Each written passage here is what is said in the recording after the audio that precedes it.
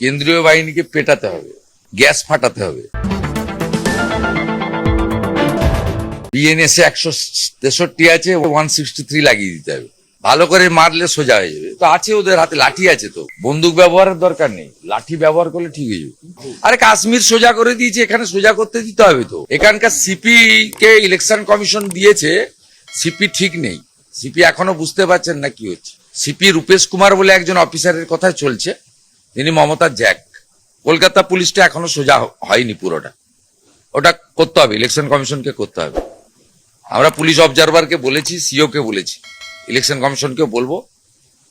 Mister Ajay Nanda ঠিক control করতে পারছেন না বা ঢুকতে চাইছেন না। এখনো শান্তনু সিনহা বিশ্বাসের এগেনস্টে অ্যাকশন হয়নি। উনি আইসিডিএস এর যে কেলেঙ্কারি করেছেন, ওনার একজন কালেক্টর আছে প্রমোদ আগরওয়াল, আমি শ্যামপুরে গিয়ে উনাকে হিসাবটা দিয়ে চলে আসবো।